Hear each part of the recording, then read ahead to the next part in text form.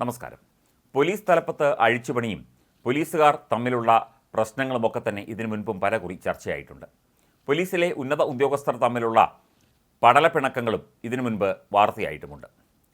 സംസ്ഥാന പോലീസ് മേധാവിയും ക്രമസമാധാന ചുമതലയുള്ള ADGP MR അജിത് കുമാറും തമ്മിൽ ഭിന്നതയുണ്ട് എന്ന തരത്തിലുള്ള ചില വാർത്തകൾ നേരത്തെ വന്നിരുന്നു. ഇപ്പോൾ ഭിന്നത മറനീക്കി പുറത്തു വരുന്നതായുള്ള ചില സംഭവവികാസങ്ങളാണ് ഇവിടെ നടക്കുന്നത്.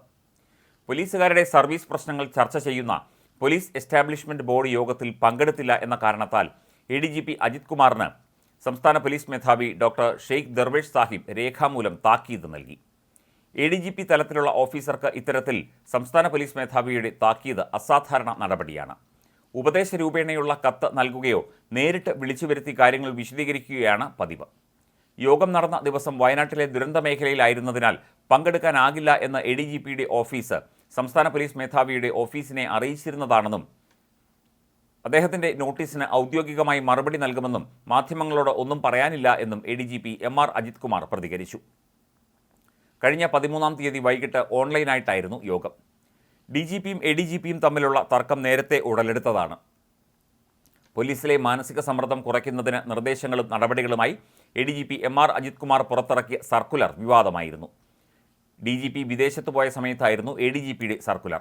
തൻ്റെ അഭാവത്തിൽ ഇത്തരത്തിൽ സർക്കുലർ ഇറക്കിയത് ശരിയായില്ല എന്ന് പറഞ്ഞ് ഇരുവരും തമ്മിൽ വാക്കേറ്റമുണ്ടെന്നായിരുന്നു വാർത്തകൾ. പോലീസിലെ മാനസിക സമ്മർദ്ദം പരിഹരിക്കും എന്ന് മുഖ്യമന്ത്രി പിണറായി വിജയൻ നിയമസഭയിൽ പറഞ്ഞതിന് പിന്നാലെയായിരുന്നു ADGPയുടെ സർക്കുലർ.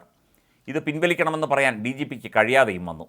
പിന്നാലെ യൂണിറ്റ് മേധാവികൾ ഇത്തരം സർക്കുലറുകൾ ഇറക്കരുത് എന്ന് സംസ്ഥാന പോലീസ് മേധാവി ഉത്തരവിറക്കി. വയനാട് ഉരുൾപൊട്ടൽ സ്ഥലത്തേക്ക് ആരാണ് പോകേണ്ടത് എന്ന കാര്യത്തിൽ പോലീസ് തലപ്പത്ത് തർക്കമുണ്ടായി എന്നാണ് അന്ന് പുറത്തുവന്ന വിവരം. ആ പ്രദേശത്തെ മുതിർന്ന ഉദ്യോഗസ്ഥർ പോയാൽ മതി എന്നായിരുന്നു ഉന്നത തലത്തിൽ എടുത്ത തീരുമാനം. പിന്നീട് മുഖ്യമന്ത്രി നിർദ്ദേശിച്ച പ്രകാരമാണ് MR അജിത് കുമാറിനെ ഏകോപനത്തിനായി അയച്ചത്. ഇതിലും ഉദ്യോഗസ്ഥ തലത്തിൽ അനിഷ്ടമുണ്ടായിരുന്നു എന്നാണ് പിന്നീട് പുറത്തുവന്ന വിവരം.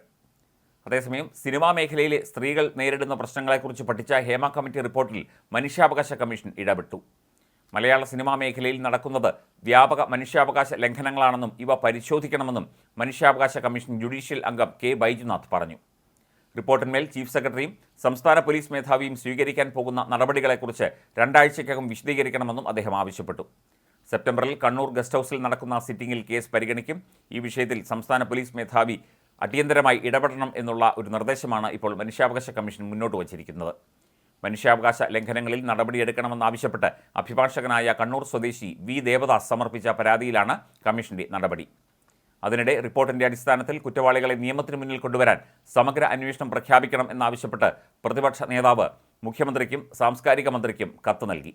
ഇരകൾ നൽകിയ മൊഴികളുടെയും സമർപ്പിച്ച തെളിവുകളുടെയും അടിസ്ഥാനത്തിൽ വനിതാ IPS ഉദ്യോഗസ്ഥരുടെ നേതൃത്വത്തിൽ പ്രത്യേക സംഘം രൂപീകരിച്ച് അന്വേഷണം നടത്തണമെന്നും പ്രതിപക്ഷ നേതാവ് കത്തിൽ ആവശ്യപ്പെട്ടു.